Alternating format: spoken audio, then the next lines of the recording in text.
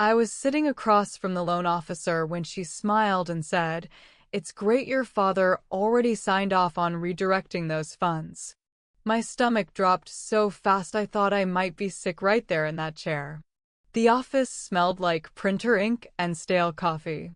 The afternoon sun was cutting through the blinds in thin, sharp lines across her desk. I gripped the edge of my seat and tried to keep my voice level. "Redirected? What funds?" I asked. She turned her screen toward me without blinking, like she was just showing me a menu at a restaurant. And there it was.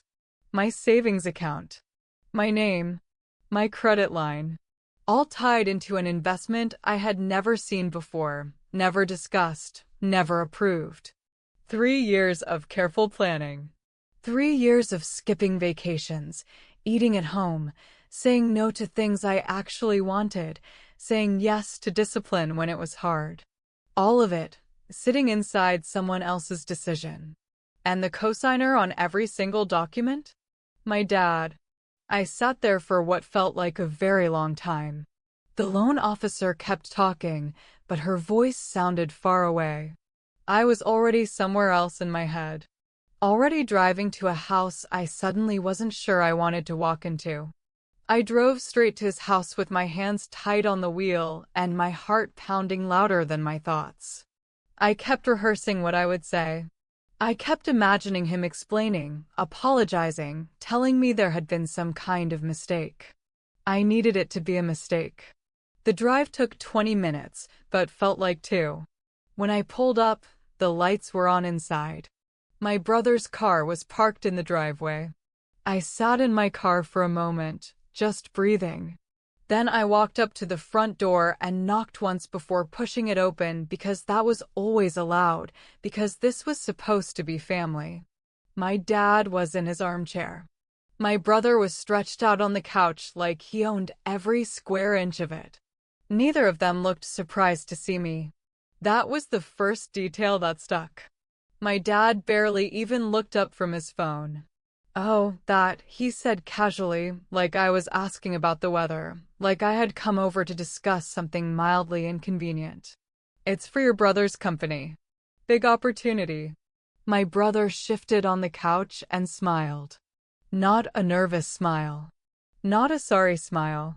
The kind of smile that belongs to someone who already got what they wanted and sees no reason to feel bad about how. I wasn't even part of the discussion. I was just the supply. That thought landed in my chest like something heavy and cold, and I stood there in the doorway trying to process it. My money. My future. Treated like a resource someone else had the right to tap into. "You used my money," I said. My voice was shaking despite how hard I tried to steady it, and I hated that it was, because shaking felt like weakness, and I didn't want to feel weak right then. "No," my dad corrected, almost amused. He had that tone, the one he always pulled out when he thought he was being reasonable and I was being emotional. "I invested it. For the family." For him, I shot back, and I looked at my brother when I said it. My brother shrugged. Just a slow, easy roll of the shoulders, like my entire argument was background noise. "You wouldn't have done anything big with it anyway." Just like that. No apology. No hesitation. Just a casual dismissal wrapped in the kind of confidence that has never had to earn itself. Years of discipline. Years of sacrifice. Years of quiet, careful planning reduced to a punchline delivered from a couch by someone who had never saved a cent of his own. Growing up, I was always the reliable one. The safe one. The one who followed through on things, who finished what she started, who showed up when she said she would. My name was never attached to drama. I paid my bills early, kept my word, built things slowly and on purpose. My brother was different. He was the bold one. The loud one. The one who walked into rooms like he had already won whatever was happening inside them. He talked about big ideas constantly. Most of them never went anywhere. But somehow that never mattered, because the talking itself was enough to impress our dad. My dad loved boldness. He admired risk. He respected people who bet on themselves loudly, even when the bet lost. Quiet consistency, careful planning, steady effort, those things didn't excite him.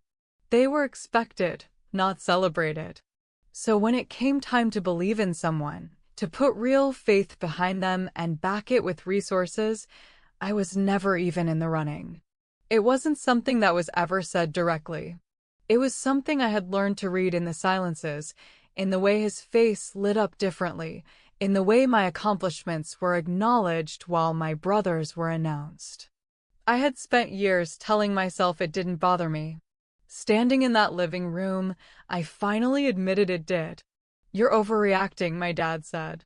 His voice had already shifted from casual to irritated, which meant the conversation was about to be closed whether I was finished or not. That was always how it worked. I would bring something real to the table, and he would reframe it as emotion, as drama, as me making something out of nothing. "It's not like you lost anything. You'll get it back." "When?" I asked. It was a simple question. One word. One completely reasonable thing to want to know. He sighed like the question itself was exhausting. "When the company succeeds." So my future was now tied to a gamble I didn't choose, built on a timeline nobody could guarantee, funding a business I had never agreed to support. My savings weren't gone, technically. They were just no longer mine in any real way that mattered. They were hostage to someone else's success, and if that success never came, there was no plan, no backup, no apology waiting in line behind it. I looked at my brother again. He was scrolling his phone. He had already moved on from the conversation. To him, the matter had been handled. Our dad had handled it. That was the system, and the system had worked exactly the way it was supposed to. Just not for me. That night I sat alone in my apartment staring at my banking app. The numbers didn't lie. The money was still technically there in the sense that it existed somewhere, but it wasn't accessible, it wasn't free, it wasn't pointed in any direction I had chosen. I kept telling myself to be angry. I kept waiting for something clear and certain to rise up inside me. Instead, I just felt confused. Not because the situation was complicated, but because I had spent so many years inside a family system that rewrote things, that I still wasn't completely sure I was allowed to be upset. That's the strange thing about growing up in a house where your feelings are always reframed. After a while, you start doing it to yourself. You feel hurt, then you immediately question whether you have the right to feel hurt. You feel wronged, then you wonder if you're being too sensitive. I sat there that night turning it over and over, asking myself if I was missing something, if there was some angle I hadn't considered that would make all of this make sense. But the screen didn't change. The numbers didn't rearrange themselves into something fair. And eventually I stopped trying to explain it away and just let myself feel what I actually felt. Hollow. And very, very tired. The days that followed made everything worse in a quieter, slower way. My dad sent updates like everything was perfectly normal. Short messages, cheerful even. A detail about the business here, a timeline there, the occasional forwarded article about the industry my brother was entering. Like we were all on the same team and I was simply a stakeholder being kept informed. My brother posted smiling photos online. Dinners with investors. Handshakes at meetings. Casual shots at offices I had never been invited to, with people I recognized from professional circles I had worked hard to get close to myself. And in every photo, there was this easy confidence, this comfortable ownership of a moment that had been bought, at least in part, with something taken from me. People in our family commented on those posts with words like proud and blessed, and this is just the beginning. An aunt left a heart emoji. A cousin wrote "Go off, King." Nobody knew. Or maybe some of them did and simply didn't think it was important enough to address. That was the part one kept returning to. Not just what was done, but how unremarkable it seemed to everyone around me. As though my savings were always meant to be a communal resource. As though my plans were just suggestions waiting to be redirected by someone with louder ambitions. When I pushed back again, my dad didn't argue. That would have required him to take me seriously. Instead, he sighed. That long, slow exhale he used whenever I said something he had already decided wasn't worth his real attention. "Why are you trying to create problems?" he asked. I looked at him carefully. "I'm asking for accountability," I said. The word felt important when I said it. Clear. Specific. Not dramatic, not emotional. Just accurate. "No," he snapped, and the patience in his voice evaporated faster than I expected. "You're being difficult." And just like that, I became the villain in my own story. I had come in with documents and questions and a completely reasonable request to understand what had been done with my money. But somehow, by the time my dad finished framing it, I was the one causing trouble. I was the one disrupting the peace. I was the one who couldn't just trust the family and be supportive and let things unfold the way they were supposed to. It was a move I had watched him make my entire life, and I had never had the language for it until that moment. It wasn't discipline. It wasn't wisdom. It was redirection.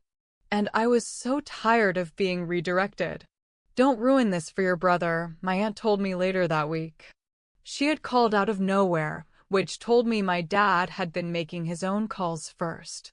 Getting people positioned before I could say anything.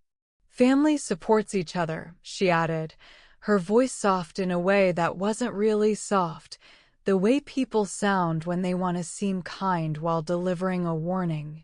I almost laughed. Not because it was funny, but because of how perfectly the sentence captured everything I had been living inside for years. "Family supports each other," said to the person who had just had her savings redirected without consent. Said to the one who had never asked for anything, who had never borrowed, never leaned, never expected anyone to carry her weight. Said to me, as though I were the one failing the family. Somehow, in the version of events my father had distributed to everyone who mattered, support meant sacrificing me. My discipline was communal property. My careful saving was a resource available to whoever had the bigger dream. And my objection to that arrangement was selfishness. I hung up the phone and sat with that for a while. Not with anger anymore. With something quieter. A decision forming at the back of my mind, slow and certain, the way real decisions tend to arrive. So I stopped arguing. I stopped defending myself at family dinners, stopped pushing back in text threads, stopped showing up to conversations that were never going to be fair. I stopped expecting fairness from a system that hadn't been built to offer it. It looked like surrender from the outside. My dad probably thought I had finally come around. My brother probably forgot about it entirely. My aunt likely told someone I had settled down. But I hadn't settled down. I had just stopped spending energy in the wrong direction.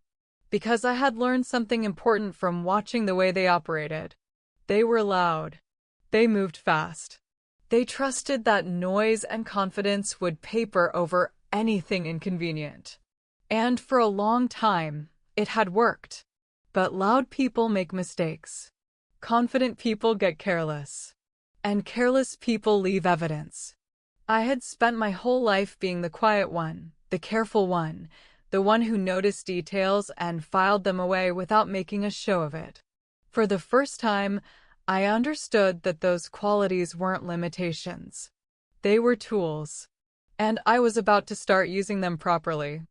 I pulled every document tied to my accounts. Every approval form, every authorization letter, every record of access. I sat at my kitchen table with a cup of tea that went cold before I touched it, and I went through everything slowly, line by line. Most of it confirmed what I already knew. The redirection. The credit line. My name attached to an investment I had never discussed with anyone. But then I found it. A signature. On one of the authorization forms near the bottom of the stack. It looked like mine the way a copy looks like an original, close enough to pass a quick glance, similar in shape and flow, carrying the right general impression. But it wasn't mine. I know my own handwriting. I have known it since I was 7 years old, sitting at a kitchen table learning to form letters. The pressure was wrong. The angle was wrong. The small loop I always make on the second letter of my name was missing. I set the page down carefully, picked it up again, looked at it from different angles under the kitchen light. It was still wrong. This wasn't just a family making a poor financial decision. This wasn't just a father overstepping. Someone had signed my name without my permission. And that changed everything. I didn't confront them. Not yet.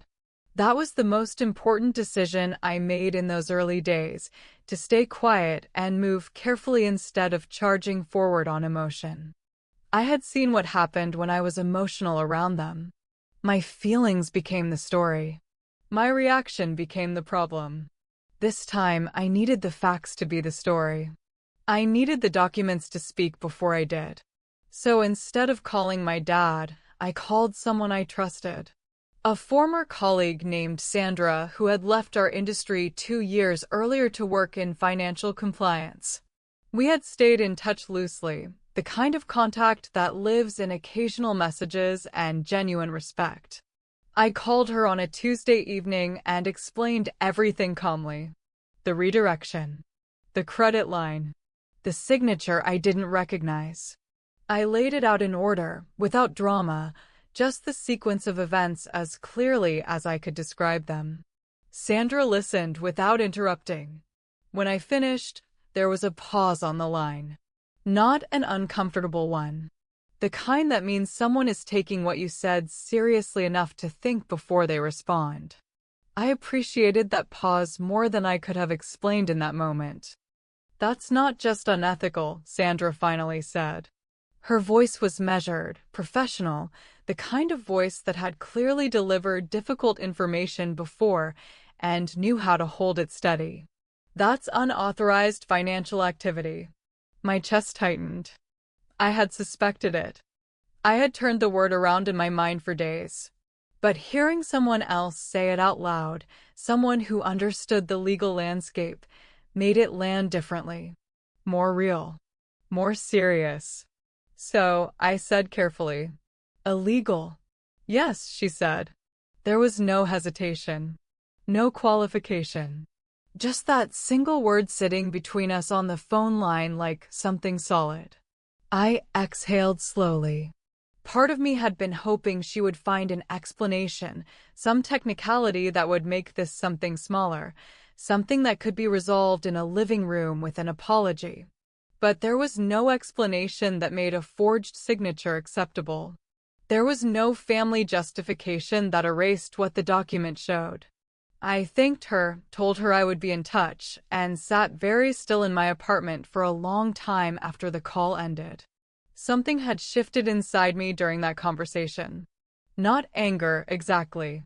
Not even determination yet. Just a very clear understanding that what had been done to me had a name, and that name had weight, and that weight was going to mean something. Sandra and I started gathering everything quietly. She guided me through the process with a calm I found studying. Account logs pulled from my own records. Authorization documents with dates and access trails. Internal notes from communications I had saved without realizing at the time how important they would become. Every piece of information pointed in the same direction. This hadn't been a hasty decision made in a moment of enthusiasm. The access had been set up in stages. The paperwork had been prepared over time. The signature had been placed on a form that required it. Someone had thought this through. Someone had planned it. That was the part that sat in my stomach in a way that didn't go away. Because careless mistakes are one thing. But planning means intention. Planning means someone looked at my savings and my name and my credit history and decided they had the right to use them, and then took deliberate steps to make that happen without my knowledge. I kept my face neutral at family events during those weeks. I responded to my dad's messages with short, polite replies. I did nothing that would signal that anything had changed. Because the moment they knew I was paying real attention, they would start covering tracks. And I needed those tracks exactly where they were. Meanwhile, my dad was planning something else entirely. He had been talking for weeks about a launch event for my brother's company. A proper celebration, he kept calling it. The kind of event designed not just to mark a beginning, but to announce it loudly to anyone who mattered. Invitations went out to investors, colleagues, family friends, people from business circles my dad had cultivated over decades. There was going to be a venue with good lighting and expensive food and the kind of atmosphere that signals money and momentum. Speeches were planned. A presentation. My brother's name on a banner I heard about secondhand. The whole production had the feeling of something my father had wanted for a long time, a moment to stand beside a son who was doing something big and say, I raised him. This is what we built. What nobody in that room would know, unless I made sure they did, was where the foundation money had actually come from, whose savings had been quietly redirected to make the launch possible, whose name had been signed without permission on the documents that gave it all legal cover. I thought about that banner with my brother's name on it, and I thought about what it would mean to let that evening go exactly as planned. You're coming, right? My brother texted me the week before the event. Just that. No context, no warmth, no acknowledgement of anything that had passed between us. Just a casual check-in, the kind you send to someone you assume is still playing the role assigned to them. I stared at the message for a long time. Long enough that my phone screen dimmed, and I had to tap it awake again. I thought about everything Sandra and I had gathered. I thought about the documents sitting in a folder on my laptop, organized and clearly labeled. I thought about what it would look like if I simply didn't show up. The evening would go forward. The speeches would be made. The investors would shake hands and clink glasses. My dad would stand next to my brother and feel proud. And I would be somewhere else, still waiting for accountability that would never arrive through quiet channels. Then I thought about what it would look like if I did show up. I typed back, "Of course." 2 words. Simple. He probably read it in half a second and went back to whatever he was doing. He had no reason to think I meant anything other than exactly what those 2 words had always meant between us. He was wrong. The night of the event, everything looked exactly the way they had planned it. The venue was warm and well lit, with tall ceilings and round tables dressed in white linen. Music played at just the right volume, present enough to fill the silence, but low enough not to interrupt conversation. People stood in clusters with drinks in hand, dressed in the kind of careful outfits that say this matters to me without saying it out loud.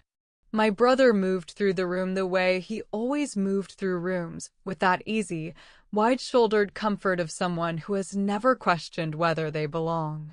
My dad was in the center of it all, shaking hands, making introductions, presenting my brother to investors like a gift he had spent years preparing. I arrived early enough to find a quiet position near the back of the room. I didn't rush to greet anyone. I stood with a glass of water and watched. There is something clarifying about watching people who have wronged you celebrate in public. It removes the last of the doubt. You see them clearly, without the softening effect of family habit or the noise of an argument. I watched my dad's face. I watched my brother's confidence. And I felt something settle inside me that had been restless for months. Steady. Certain. Ready. Then came the speeches. My brother stepped up to the front of the room with the ease of someone who had been practicing for an audience his entire life. He smiled at the crowd, paused for the quiet, and spoke with the kind of warmth that reads as genuine to people who don't know him well. He talked about the journey, the vision, the hard work. He thanked the investors. He thanked his mentors. He thanked the people who had taken a chance on him when the outcome wasn't guaranteed. My dad stood beside him, and the expression on his face was something I had wanted to see pointed at me my entire life. That full, unguarded pride. The kind that doesn't have conditions attached. And family, my brother added near the end, raising his glass just slightly, for always supporting me. The room applauded. I watched people lean into each other with warm looks, nodding, feeling the moment the way audiences feel moments at carefully staged events. I held my glass of water and let the applause pass over me. I felt nothing sentimental, only clarity. The word support hung in the air of that room, and I thought about what it had actually cost, and who had actually paid it, and how not one person applauding knew the difference between support freely given and resources quietly taken. That was about to change. That's when the doors opened. Sandra walked in with the kind of composure that belongs to people who know exactly why they are somewhere and do not need anyone's permission to be there. She was dressed professionally, not overdressed, nothing that shouted. Just clear and composed, carrying a folder that immediately looked out of place in a celebration like this one. The energy in the room shifted within seconds. It was subtle at first, a ripple, the way a room changes when something arrives that doesn't match the mood. A few people near the door glanced over. Then a few more. My dad noticed from across the room, and his expression moved through confusion and into something sharper.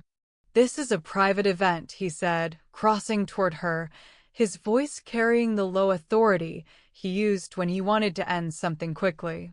Sandra didn't step back. She didn't adjust her posture or soften her expression. "Not anymore," she replied. Simple. Level. Final. My brother had turned from the front of the room and was watching now. The investor beside him had stopped mid-sentence. The background music kept playing for a moment, already out of place, before someone near the speaker turned it down without being asked. Sandra stepped forward into the middle of the room and spoke in a voice that was calm enough to hear clearly and firm enough that nobody interrupted. "There's something everyone here deserves to understand," she said. Not dramatic. Not aggressive. Just factual and measured, the voice of someone presenting information. The room had gone quiet in that particular way that rooms go quiet when something real is happening. Not the polite quiet of a speech. The still, uncertain quiet of people who sense that the evening has changed direction and aren't yet sure how. I stayed where I was. I hadn't moved since Sandra walked in, and I didn't move now. This moment had been building for months, through every late night with documents, every measured text message, every careful conversation where I had said nothing and taken notes instead. I had spent my whole life being the quiet one, the overlooked one, the one who didn't make a fuss. And standing in the back of that room while the narrative finally began to shift, I felt something I hadn't expected. Not triumph. Not relief. Something older and simpler than either of those. For the first time in longer than I could accurately remember, I did not feel small. Sandra placed the documents on the nearest table. Organized, clearly labeled, each page separated so the relevant information was easy to find. Unauthorized access records. The authorization forms with dates and access logs. The signature on the key document, placed beside a verified sample of my actual handwriting so that anyone looking could see the difference. Clear. Structured. Undeniable. The room began to shift in a way that couldn't be reversed.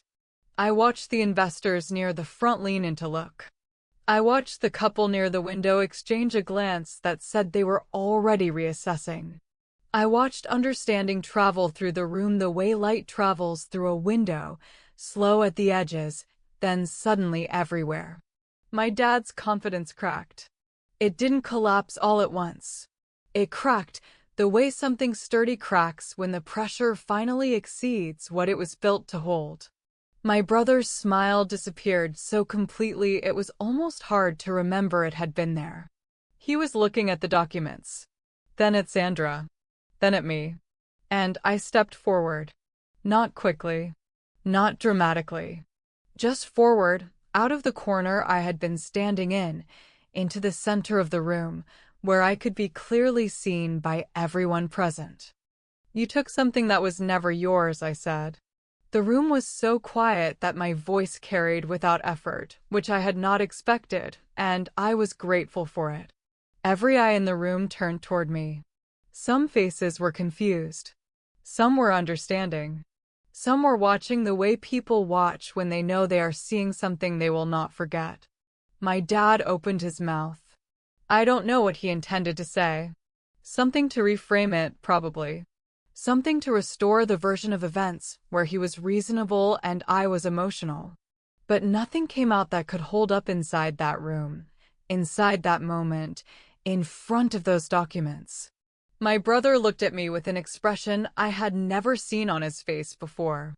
Like he was seeing me for the first time and wasn't sure what to do with what he was looking at. My voice didn't shake. I want to be clear about that, because it had shaken every other time I had tried to say the truth in that house, every time I had pushed back, every time I had asked a question I wasn't supposed to ask.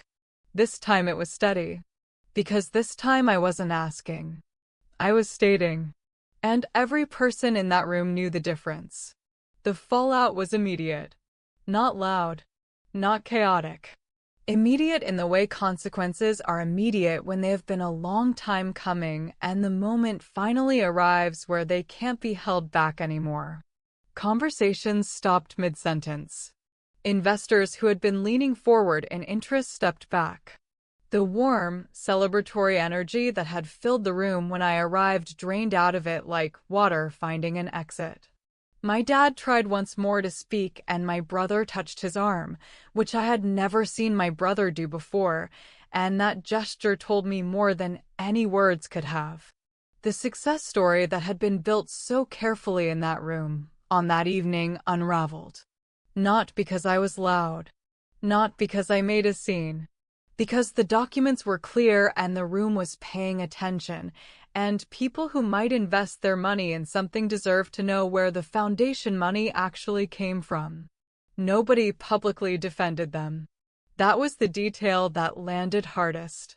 In every conversation before that night, there had always been someone willing to soften the story, redirect the attention, offer a gentler explanation. That evening, in that room, not one person stepped forward to explain it away. Weeks later, everything was different. Not all at once, not dramatically, but in the steady, irreversible way that things change when something foundational has been corrected. Sandra and I worked through the proper channels. The financial institution reviewed the documentation. The unauthorized activity was confirmed formally. My accounts were restored, the credit line was released from the investment, and the records were corrected to reflect the truth of what had happened. My brother's company did not collapse overnight, but it lost the investor momentum that the launch party had been designed to build. My dad went quiet in a way I had never experienced from him before. Not the irritated quiet of someone biting their tongue. A different kind of quiet. The kind that comes from having no argument left. My aunt didn't call. Nobody in the family reached out to tell me I was creating problems or being difficult or ruining things for my brother. The silence was enormous. I had expected it to feel lonely. Instead, it felt like space. Like the first full breath after a long time of breathing shallowly. I stopped waiting for their version of events to be corrected. I stopped needing anyone to officially acknowledge what had been done. The documents had already done that. And that was enough. I found a new apartment.